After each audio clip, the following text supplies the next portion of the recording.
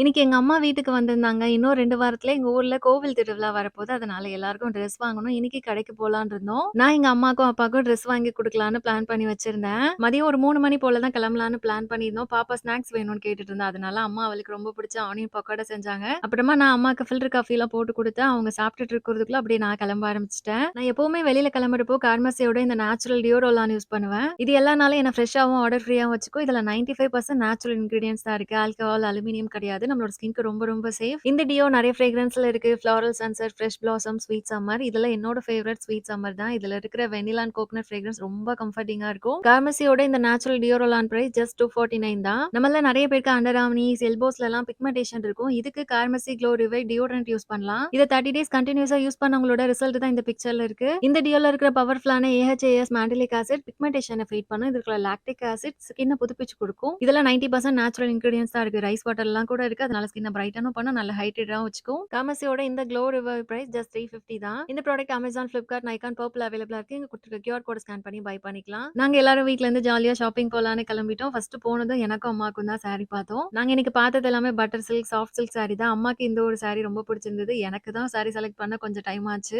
அப்புறமா ஒவ்வொரு ஆளுக்கா ட்ரெஸ் எல்லாம் பார்த்து வாங்கணும். லாஸ்ட்டா கிளம்புறப்போ பாப்பாவ கொஞ்ச நேரம் ப்ளே ஏரியாக்கு கூட்டிட்டு போய் விளையாட வச்சுட்டு வந்தோம். அன்னைக்கு டே ரொம்ப சூப்பரா போச்சு. நாளைக்கு இன்னொரு vlogல பார்க்கலாம். பாய்.